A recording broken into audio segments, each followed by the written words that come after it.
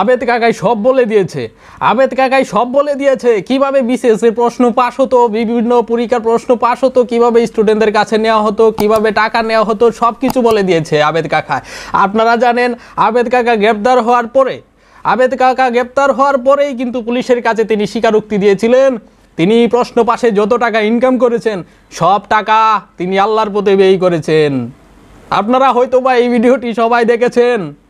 আজকে আরেক নতুন খবর, সেই খবর হচ্ছে বিসিএস এর প্রশ্ন পাশে জড়িত যে 17 জন গ্রেপ্তার হয়েছে তাদের মধ্যে 5-6 জন স্বীকারোক্তিমূলক জবানবন্দি দিয়েছে যে তারা প্রশ্ন পাস করত এবং তাদের এই গ্রুপটি 2টি গ্রুপে বিভক্ত হয়ে কাজ করত এবং বিভিন্ন প্রার্থীদের কাছ থেকে বিভিন্নভাবে টাকা আদায় করে তারা এই প্রশ্ন সরবরাহ করে দিত তাদের কাছে।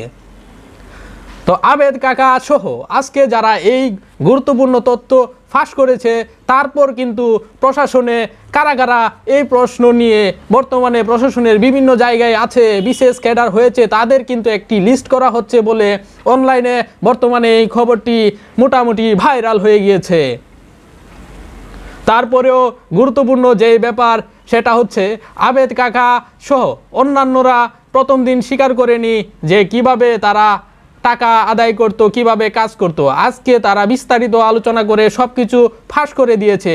হয়তোবা তারা প্রশাসনে ডিম থেরাপি খেয়েছে, এই জন্য আজকে ফাঁস করতে বাধ্য হয়েছে।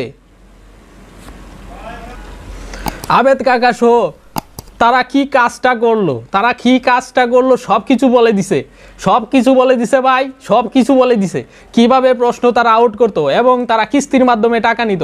তারা অন্যান্য চাকরির জন্য 18 থেকে 20 লাখ টাকা নিত এবং বিসিএস এর জন্য 45 থেকে 50 লাখ টাকা পর্যন্ত তারা নিত। হয়তো বা কিছু কিছু ক্যান্ডিডেটদের কাছ থেকে আরও বেশি টাকা আদায় করে নিত। বিভিন্নভাবে বিভিন্ন কৌশলে তাদের কাছে প্রশ্ন তারা সরবরাহ করত।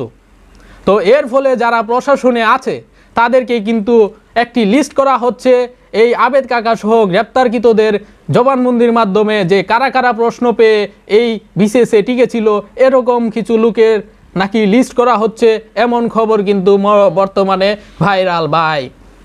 তো যারা প্রশ্ন পেয়ে প্রশাসন ক্যাডার সহ বিসিএস সহ বিভিন্ন চাকরিতে ঢুকেছিলেন তাদের কিন্তু এখন বিপদের মুখে।